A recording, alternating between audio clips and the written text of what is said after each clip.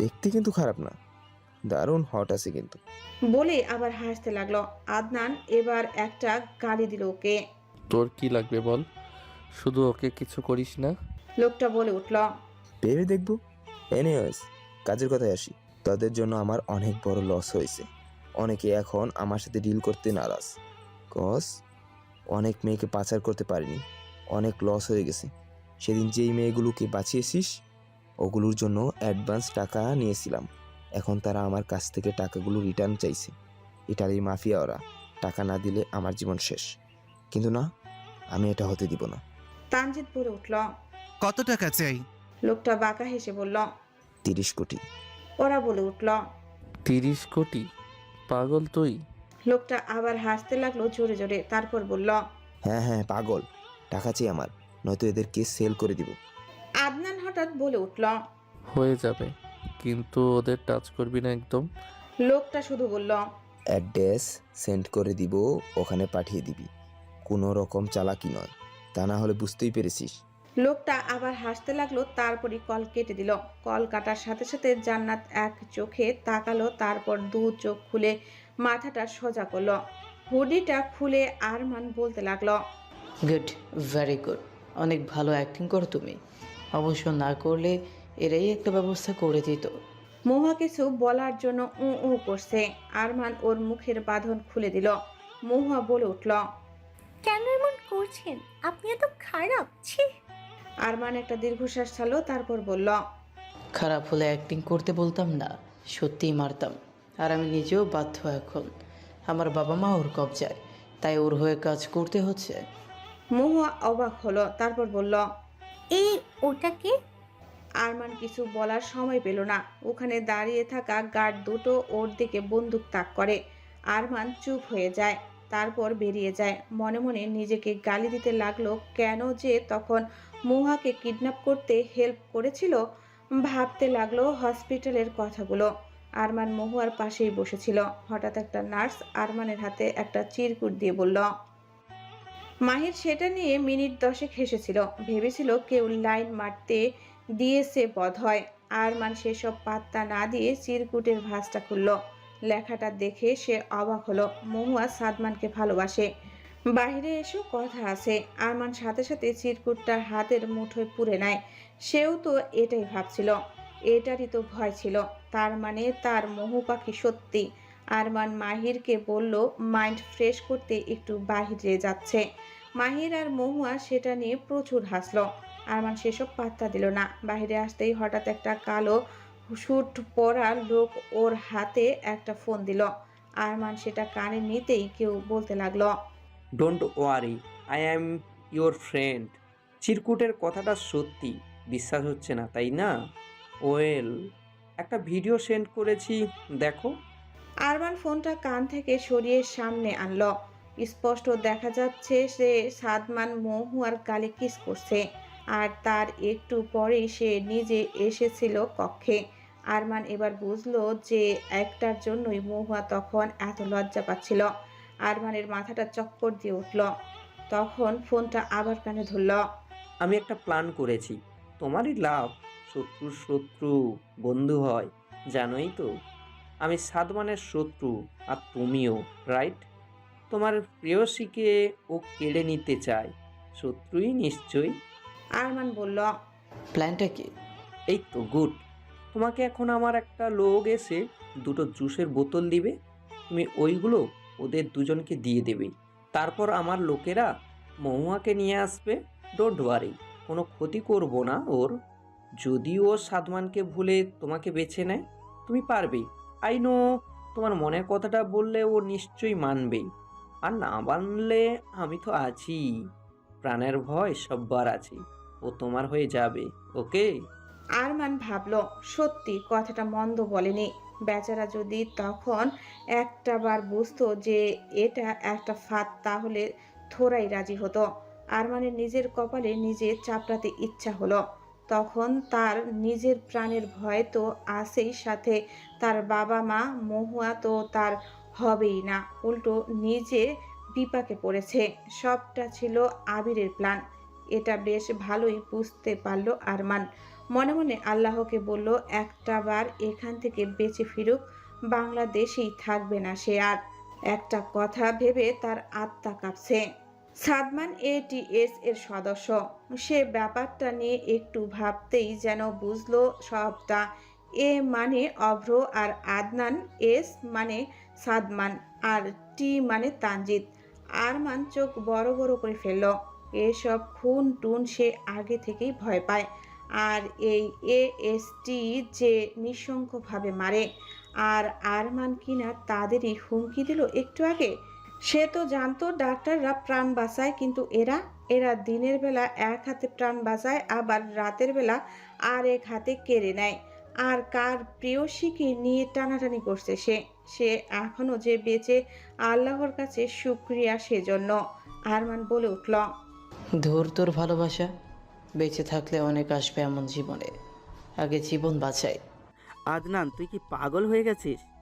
30 কোটি টাকা কি মুখের কথা? কোথা থেকে জোগাড় করব? অভ্রের কথায় আদনান বলল। তো না করলে কি ওরা সেফ থাকতো? আসফি বলে উঠল। এই আবির অনেক চালাক। সবাই একসাথে বলে উঠল আবির। আসফি ওদের বলল সবটা। এতদিন আবিরের সম্পর্কে যা জানতো। আদনানের ইচ্ছা হলো আসফির মাথাটা ফাটিয়ে দিতে। তানজিদ বলল, এখন ওদের পাবো কি করে? রুমটাও তো অন্ধকার, কোথায় আছে কি করে বুঝবো? আদমান বলে উঠল। আল্লাহ এর উপর ছেড়ে দাও, আল্লাহ যা করে ভালোর জন্য করে। আমার না অনেক ঘুম পাচ্ছে, কাল থেকে ঘুম উড়ে গেছে পুরো, একটু বাসায় গিয়ে ঘুমাবো। আদনান একটা হাই দিল। আদনানের এমন খামখেয়ালি কথায় ওরা অবাক হলো। সাদমান বলল, সিরিয়াসলি তুই ঘুমাবি এখন? বিলিভ মি, একবার ওদের খুঁজে পাই, জান্নাতকে এই কথাটা অবশ্যই জানাবো আমি। আদনান আর চোখে সাদমানের দিকে তাকিয়ে বলল, সংসারে আগুন লাগানো ছাড়া আর পারিসটা কি? বললাম তো, আল্লাহর উপরে ভরসা রাখ আর ভাগ্যের উপর ছেড়ে দে, যা হবে দেখা যাবে। আমি ভাই ঘুমাবো, তোরাও বাসায় গিয়ে চিল কর, রেস্ট নে। আড্ডা মহলে গেলে কেমন হয়? অভ্র নিজের জুতোটা খুলতে খুলতে বলল, শালা হারামি, এটা দিয়ে মারবো আজকে তোকে। ওদের খুঁজে পাওয়া যাচ্ছে না, আর তুই? তোর তো তাও নিজের মনের কথা জানিয়েছিস, আমি তো তাও করিনি, আর তুই বলছিস ঘুমাবি? অভ্র জুতো খুলে ওর দিকে ছুঁড়ে মারল। আদনান সাইডে সরে গেল, তারপর বলল, আরে মারিস কেন? এই জন্যই বলে উচিত কথার ভাত নেই। তানজিদ, অভ্র আর সাদমান তাজ্জব বনে ওর দিকে তাকিয়ে রইল। যে ছেলে একটু আগেও কেমন অস্থির হয়েছিল, সেই ছেলে এখন এই কথা বলছে। আপু, ঠিক আছো তো তুমি? মহুয়ার প্রশ্নে জান্নাত বলল, ঠিকই তো আছি, বাট কপালে এটা কি লাগিয়েছে? টমেটো সস নাকি? ওই রকমই তো লাগে। হাতটা খোলা থাকলে একটু টেস্ট করতে পারতাম। এনিওয়ে, বড্ড ক্ষুধা লাগছে। আরমান যাওয়ার আগে রুমের লাইট অন করে দিয়েছিল। মহুয়া মেঘলার দিকে তাকিয়ে হো হো করে হেসে উঠল। তোর মুখের বাঁধন খুলতে দেখি ভুলে গেছি রে। মেঘলা এখন করছে। জান্নাতও হাসলো, তারপর বলল, আদনান যে গালি দিল রে ভাই, আমার কানকে বিশ্বাস হচ্ছে না। নাউজুবিল্লাহ, নাউজুবিল্লাহ। মহুয়া উদাস স্বরে বলল, তোমাদের দুজনেরটাকে কেয়ারিং, আর আমারটাকে দেখো। শালা আমাকে কিছু যেন না করে এরকম কোনো কথাই বললো না। মেঘলার মুখের বাঁধনটা অতটা টাইট ছিল না, তাই ধস্তাধস্তির কারণে খুলে গেছে। সে বলল, আই এম শিওর সাদমান ভাইয়ার এখন কিডন্যাপারের জন্য দুঃখ হচ্ছে যে তাকে কিডন্যাপ করছে বেচারা, তাই আসল কথাই গেছে সরাসরি। মহুয়ার মনে হলো হাত খোলা থাকলে ধারাম করে মহুয়ার পিঠে দিত দু ঘা। জান্নাত বলল, ওরা আমাদের জন্য কত টেনশন করছে, আর আমরা আমরা তো দারুণ চিল করছি। মহুয়া বলল, কিছু কি খেতে দিবেন না নাকি? বড্ড বাজে কিডন্যাপার। খাবার দাবার দিলে বাহিরে গিয়েও না সুনাম করতাম, যেন কিডন্যাপ হলে এই লোকের তারাই হয়। মহুয়া একটু জোরে জোরে শুনিয়ে বলল। জান্নাত একটা হতাশার শ্বাস ফেলে বলল, লাভ নেই, সাউন্ড প্রুফ রুম। মহুয়া একটা দীর্ঘশ্বাস ছাড়ল। তখনই তাদের রুমে আবার কিছু লোক আসে, হাতে খাবার। মহুয়া হাসলো তা দেখে। যাক, কিছু তো এনেছে। লোকগুলো ওদের হাত খুলে ওদের দিকে বন্দুক তাক করে রাখলো। মহুয়া তা দেখে বলল, ভালো করে সেবা করুন, ট্রাস্ট মি। তাহলে আপনারা ছেড়ে দিলেও যাব না। এমনিতেও জায়গাটা ভালোই লেগেছে, শুধু ভালো খাবার। আরে এটা কি?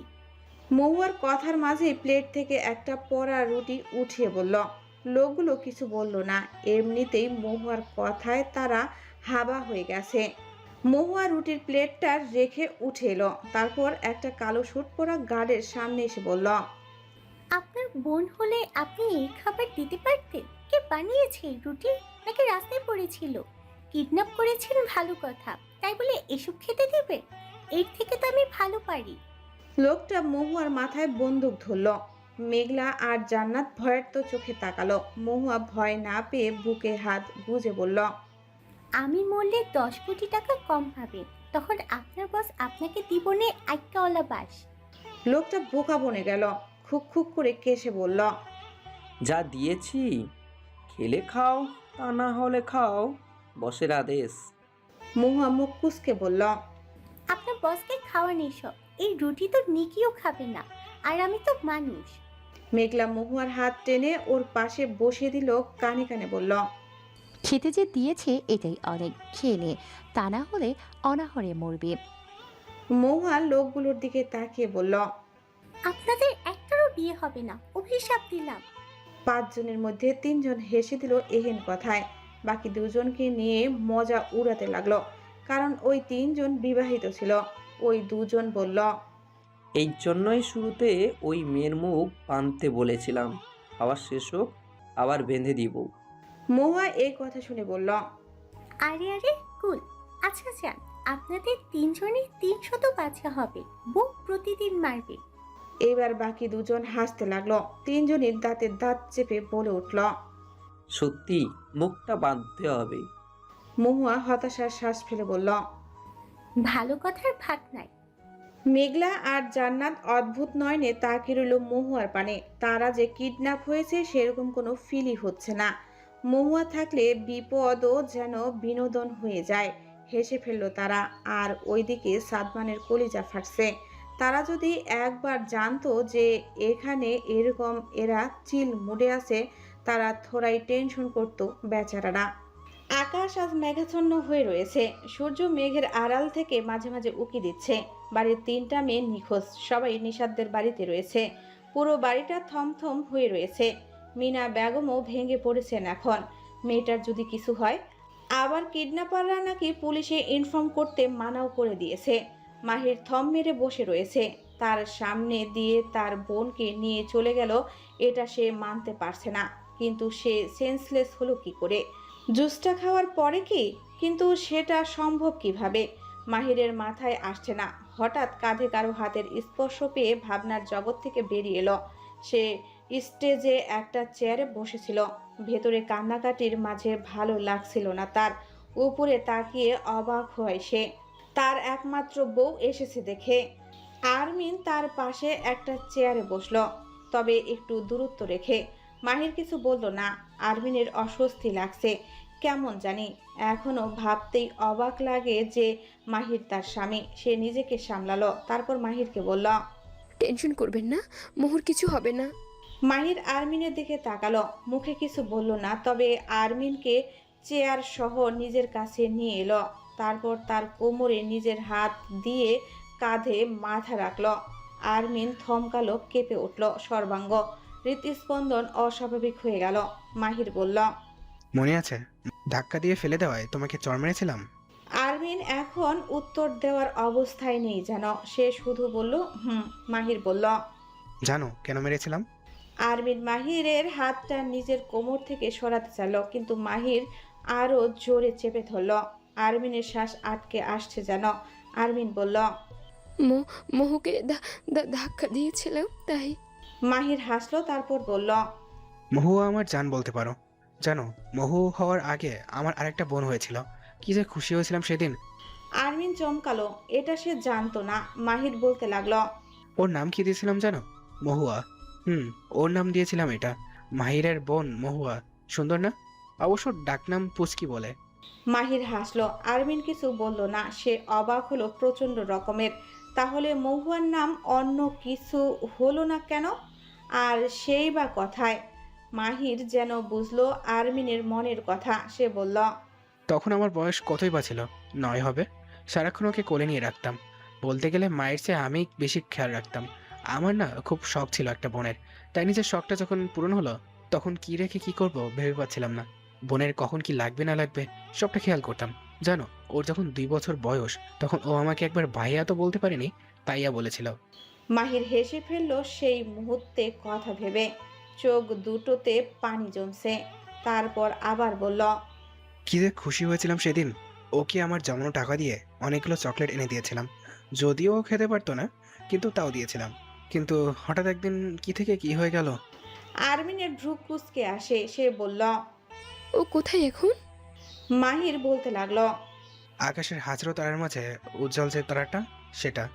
আরমিন থমকালো। মাহির বলল, সেদিন ওর বার্থডে ছিল। আমরা সবাই একটা পার্কে গিয়েছিলাম ঘুরতে। সেটাই জীবনের সবচেয়ে বড় ভুল ছিল। ওখানে একটা আইসক্রিম স্টল ছিল। আমি আর আম্মু পুচকি আর আমার জন্য আইসক্রিম কিনতে গিয়েছিলাম রাস্তার ওপারে। আর পুচকি ছিল আব্বুর কোলে। হাঁটতে পারে না ভালো করে তখন আব্বু ছিল অন্যরকম। অলওয়েজ কাজ নিয়ে বিজি থাকতো। বহু কষ্টে সেদিনের জন্য সময় বের করেছিল, কিন্তু তাও কলে বিজি থাকতো। সেদিনও এমন কলে বিজি ছিল, এতটাই বিজি যে কখন আমার বোনটা তার কোল থেকে নেমে হামাগুড়ি দিয়ে রাস্তায় চলে গেছে বলতেই পারবে না। আমি আর আম্মু যখন ফিরে আসতে নিয়েছিলাম, তখন খেয়াল করলাম সেটা, কিন্তু ততক্ষণে অনেকটা দেরি হয়ে যায়। একটা ট্রাক এসে আমার ছোট্ট বোনটাকে। আরমিন নিজের কাঁধে তরল কিছু অনুভব করলো, তার নিজের চোখেও পানি। অনেকক্ষণ লাগলো মাহিরের নিজেকে সামলাতে। আরমিনও সময় নিল। মাহির আবার বলতে লাগলো, জানো, ওই দিনের পর থেকে আমি আব্বুকে কোনোদিন আব্বু বলিনি আর। আমি 1 মাস হসপিটালে অ্যাডমিট ছিলাম ওই ঘটনার পর। কিছুতেই মানতে পারছিলাম না যে আমার ছোট্ট পরীটা আর নেই। তার 2 বছর পর আমাদের মহুয়া এলো। জানো, একদম পুচকির ফটোকপি। তাই ওর নামটাও মহুয়া রাখা হলো। ওকে কখনো নিজের থেকে আলাদা হতে দিতাম না, ভয় হতো যদি বোনটার কিছু হয়ে যায়। তাই ওই দিন যখন তুমি মহুয়াকে ধাক্কা মেরেছিলে, তোমাকে চড় মেরেছিলাম। বোনটা যে আমার বড্ড আদরের। মহুয়াকে অলওয়েজ নজরে নজরে রাখতাম। বাট এখন আর আমার নজরে রাখার প্রয়োজন হয় না। মহুয়ার কিডন্যাপিং নিয়ে আমার কোনো টেনশন হচ্ছে না। কজ আমার মতো আরও একজনের লাইফ সে মহুয়ার কিচ্ছু হতে দিবে না, আমি জানি সেটা।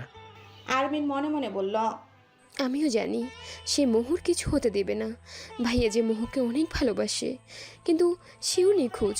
হয়তো মোহুকে খুঁজছে।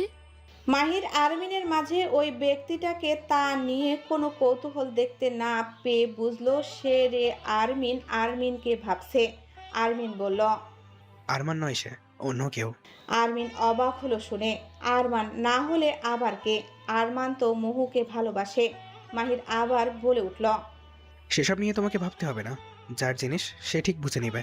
যাই হোক, তুমি এখানে কি করে এলে?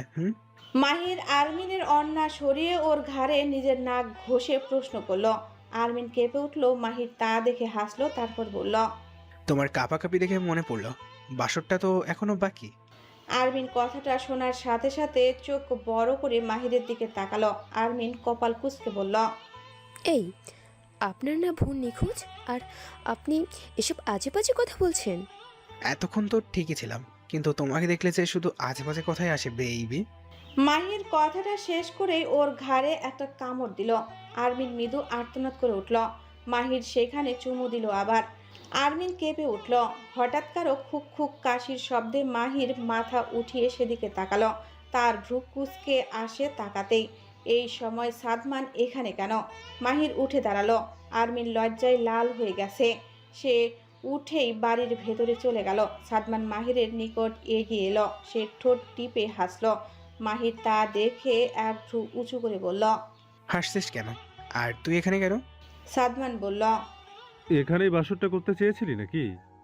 এনিওয়েজ, বুঝে মেয়েটা কিন্তু বড্ড ছোট। বলেই সাদমান ঠোঁট চেপে হাসতে লাগলো। মাহির বাঁকা হেসে বলল, মহু যেন কত বছরের ছোট তোর, কত যেন। মাহির ভাবার ভান করে বলল। সাদমানের হাসি অমনি বন্ধ হয়ে গেল। সে খুক খুক করে কেসে বলল, যাই হোক, আসল কথায় আসি। মাহির জোরে জোরে হাসতে লাগলো। এটা শুনে সাদমান সেসব পাত্তা দিল না। সে বলল, শোন, কিছু ইম্পর্টেন্ট কথা আছে। মাহির কপাল কুঁচকে তাকালো। সাদমানও তাকালো, তারপর একটু হাসলো। যে হাসির মাঝে বিপদের দেখা পেল মাহির। দুপুর গড়িয়ে সন্ধ্যা হয়ে এসেছে। স্টেজের রুমের ছোট জানালা দিয়ে দেখে যতদূর বুঝলো ওরা। জান্নাত বলল, তোদের তো তাও সকালে কিছু খেতে দিয়েছে, আমাকে তো তাও দেয়নি। প্রচন্ড ক্ষুধা লেগেছে রে, এখন কি কিছু খেতে দেবে না? মেঘলা বলল, সকালে দিলে কি হবে, দুপুরে তো দেয়নি, পেটে তো হরতাল শুরু হয়ে গেছে। মহুয়ার মুখ বাঁধতে চেয়েছিল, কিন্তু সে তার উল্টো পাল্টা যুক্তি দিয়ে বুঝিয়ে সেই কাজে বাধা দিয়েছে। মহুয়া ঘুমে ঢলছিল। পেট ভরা থাকলে মানুষের ঘুম আসে শুনেছে সবাই, কিন্তু এই মেয়ের বেশি ক্ষুধা লাগলে নাকি ঘুম আসে। মহুয়া ওদের কথা শুনে একটা হাই দিল। হঠাৎ নিজের পেটে ভেজা কিছু অনুভব হতেই সে সেদিকে তাকালো। তাকাতেই চক্ষু চরক গাছ, রক্ত বেরোচ্ছে ব্যান্ডেজ ভেদ করে। মহুয়া বলে উঠল, হাই আল্লাহ, রক্ত! আপু, জান্নাত আর মেঘলা এহেন কথায় মহুয়ার দিকে তাকালো। ভালো করে পর্যবেক্ষণ করতেই থমকে গেল তারা। তারা তো ভুলেই গিয়েছিল মহুয়ার যে গুলি লেগেছিল। এখন এখন কি হবে? মহুয়া হঠাৎ চেঁচিয়ে উঠল, অ্যাম্বুলেন্স, অ্যাম্বুলেন্স, হেল্প! মহুয়া আর জান্নাত চোখ ছোট করে ওর দিকে তাকিয়ে রইল। মেঘলা তা দেখে মেকি হাসলো, তারপর বলল, মানে আসলে মুভিতে তো নায়ক চলে আসে এভাবে চেঁচালে, তাই আর কি ভাবলাম যদি সালমান ভাইয়া। ও মাগো! হঠাৎ রুমের দরজা ভেঙে পড়ে যাওয়ায় মেঘলা ভয় পেয়ে বলে উঠল। মহুয়া আর জান্নাতও কেঁপে উঠেছে। এ কি, এত সত্যি সাদমান আর সাথে আদনান আর অভ্র? ওরা নিজের চোখকে বিশ্বাস করতে পারছে না। আদনান দ্রুত এসে জান্নাতের নিকট হাঁটু মুড়ে বসলো, তারপর ওর কপালে হাত বুলিয়ে বলল, ঠিক আছো তো জান? ব্যথা করো? এই কি? জান্নাত এখনো হাঁ করে তাকিয়ে আছে আদনানের দিকে। আদনানের কথায় হুঁশ আসে ওর। ও বলল, টমেটো সস মেবি। আদনানের কপাল কুঁচকে এলো কথাটা শুনে। জান্নাত বলল, আপনারা এখানে এলেন কি করে? বুঝলেন কি করে? আদনান কিছু বলল না, শুধু হাসলো। অভ্র মেঘলার দড়ি খুলে ফেলেছে। ততক্ষণে মেঘলার গালে হাত বুলিয়ে বলল, আর ইউ ওকে? কথা বলো। ওকে না? মেঘলা শুধু হুঁ বলল। মেঘলার নজর অভ্রের হাতের বন্দুকের দিকে। অভ্র সেটা খেয়াল করে হাসলো, তারপর বলল, ভয় পেও না, এটা তোমার জন্য না। মেঘলা জোরপূর্বক একটা হাসলো। এদিকে আদনান ও জান্নাতের দড়ি খুলে ফেলেছে। ততক্ষণে মহুয়া সেদিকে তাকিয়ে সাদমানকে বলল, আপনি কি দাঁড়িয়ে থাকবেন? দড়িটা খুলুন। সাদমান বলে উঠল, ঠিক কি পরিমাণ ফাজিল হলে কিডন্যাপারও পায়ে ধরে বলে যে ভাই নিয়ে যান ওকে? আমি জাস্ট সেটাই ভাবছি। অভ্র আর আদনানের কিছুক্ষণ আগের ঘটনা মনে পড়ে গেল। মনে পড়তেই তারা হেসে ফেলল। কি আড্ডা মহল, তুই কি পাগল হলি? আদনান তানজিদের কথায় হাসলো, তারপর বলল, ওদের পেছনে দেয়ালে একটা পেন্টিং জ্বলজ্বল করছিল, যেটা আজ থেকে 5 বছর আগে আমাকে ভাইয়া গিফট করেছিল আমার বার্থডেতে। ভেঙে যাওয়ায় স্টোর রুমে ঝুলিয়ে রেখেছিলাম। ফেভারিট ছিল অনেক ওটা, তাই এখনো মনে আছে আমার। ওরা প্রত্যেকে অবাক হলো। পরক্ষণে সবাই বাহ বা দিল এটা খেয়াল করার জন্য। সবাই তখন একটা প্ল্যান করলো। আবিরের লোকেরা পেছনের দরজা দিয়ে যাতায়াত করত, এটা বেশ ভালোই বুঝলো ওরা। আর স্টোর রুমের বাহিরেও নিশ্চয়ই লোক থাকবে। পেন্টিংটা খেয়াল না করলে নিশ্চয়ই তারা বুঝতেই পারতো না যে ওরা আসলে কথায়। তাই তেমন লোক ছিল না সেখানে। তাও ওরা একটা প্ল্যান করলো। প্ল্যান মতো 3 জন কিছু গার্ড নিয়ে আড্ডা মহলের সামনের দরজা দিয়ে আসে, আর বাকি 2 জন গার্ডস নিয়ে পেছনের। ওখানে লোকেরা ওদের দেখে মারতে এলে ওরা ডিরেক্ট শুট করে দেয়। বস্তা পোষা ঝামেলা তাদের আবার ভালো লাগে না, তাই ডিরেক্ট শুট করে দিয়েছে। সামনে দিয়ে আদনান, সাদমান আর অভ্র এসেছিল। ওরা দরজার বাইরে থাকা গার্ড দুটোকে মারার সময় দুজনেই ওদের পা ধরে একজন বলে ওঠে, নিয়ে যান ভাই, নিয়ে যান। আপনারা না আসলে আমরাই দিয়ে আসতাম। যা কথা বলে এই মেয়েটা, বাকি দুটোকে রাখলেও এই মেয়েটাকে আমরাই দিয়ে আসতাম। যতবার এই রুমে যাই ততবার অভিশাপ দেয়। তারপর কাদো কাদো স্বরে বলে উঠল, আমি কালকে মুখ বাঁধতে চেয়েছিলাম বলে আমাকে বলল যে আমি যদি মুখ বাঁধি তাহলে আমার বউ আমাকে আইকাওয়ালা বাঁশ দিয়ে মারবেই। তার অভিশাপ নাকি আবার লেগেও যায়। মানে এটা কোনো কথা? তাই বলছি নিয়ে যান স্যার, নিয়ে যান প্লিজ, পায়ে ধরছি। কারোই বুঝতে বাকি রইল না যে তারা কার কথা বলছে। সাদমান তো সবার আগেই বুঝেছে যে কার কথা বলছে, তাই সে আর কিছু বলল না। সাদমান গার্ডদের ইশারা করতেই তারা লোক দুটোকে নিয়ে যায়। সাদমান বুকে হাত গুজে দাঁড়িয়ে আছে আর বাকিরা হাসতে হাসতে মাটিতে গড়াগড়ি খাচ্ছে। মহুয়া দাঁত কেলিয়ে বলল, দেখেছেন, নিজে থেকেই দিয়ে আসতো। এটাও একটা ট্যালেন্ট, বুঝলেন? আপনাদের খাটনি কম হতো। সাদমান হঠাৎ খেয়াল করলো মহুয়ার পরনের মেরুন রঙের লেহেঙ্গাটা পেছনের দিকটা রক্তে ভেজা। সাদমান তৎক্ষণাৎ মহুয়ার দড়ি খুলে ফেলল, তারপর অস্থির হয়ে বলতে লাগলো, পেটে কি হয়েছে? আবার আঘাত পেয়েছো? কষ্ট হচ্ছে? কথাটা বলার মাঝেই ওকে কোলে তুলে নিল।